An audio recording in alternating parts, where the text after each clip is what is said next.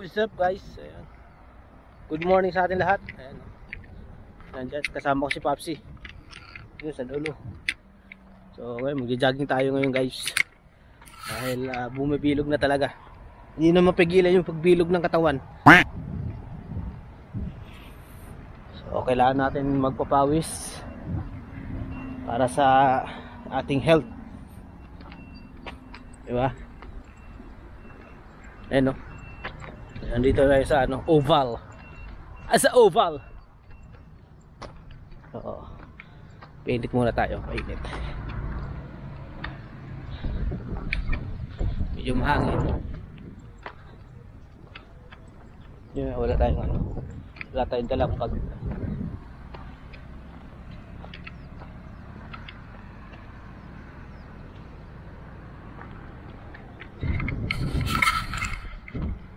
So, yo, what's up guys? Ayun na nga, at nakapagsimula na ako sa aking pag-jogging. Ayun, so bali nakadalawang ikot na tayo sa oval na to. At sa dalawang ikot guys, so naramdaman ko yung bigat ng aking katawan. Sa loob ng 4 na taon. Oh, kasi 2020, 2021, 2022, 23.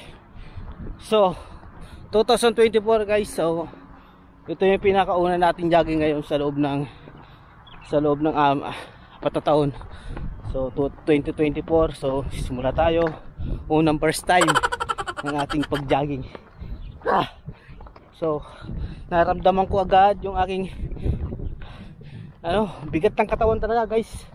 Naramdaman ko yung dito sa tagiliran ko. So sumakit sa may sa may talampakan ko, kumirot. So hindi natin pwede na tumakbo uli, baka mapulikat.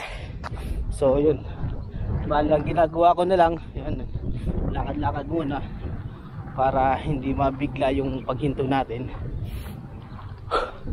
Naramdaman ko yung hininga ko, hinahabol ko na kaagad. Grabe.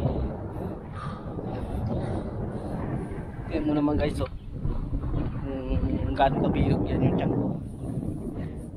Sa 4 na taon na ginugol na higa trabaho. So wala tayong exercise. So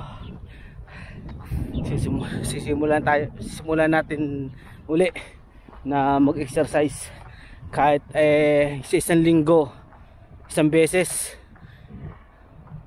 gagawin natin yon. Minsan hindi natin masasabi kung 2 beses ba o sa isang linggo. Basta sa isang beses magkaroon tayo ng exercise lang, okay na yun. Huwag natin pipilitin. Pero kung may pagkakataon guys, sa isang linggo gawin natin 3 beses, gawin natin kung para sa katawan natin.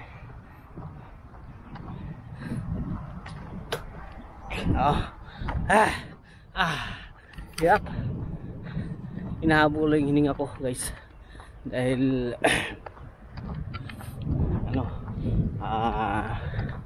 first time na ulit natin mag-jogging. So kailangan natin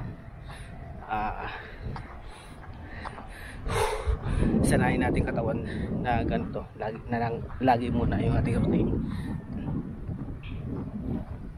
Bali yung kasama ko ayun, si Popsi. 3 ikot na yon, yung iba puro lakad na lang dahil wala talaga yung bigat ng katawan hindi kaya dalhin ng natin lower body.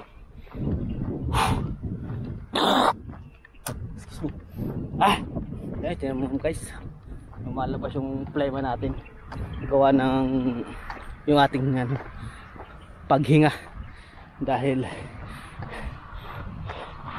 huminga tayo.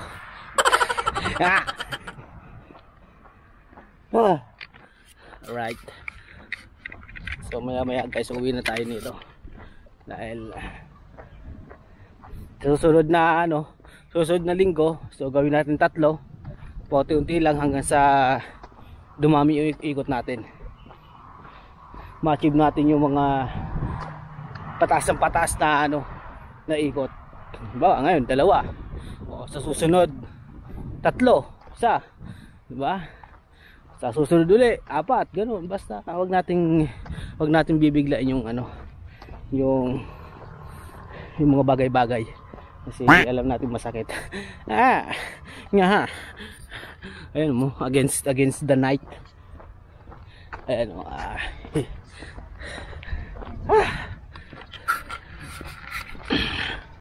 So, what's up guys? Ayan, nakauwi na tayo ng dorm. Ayun. Bali nakapangalawang ikot lang tayo guys. Pangalawang ikot lang yung ating na-jogging.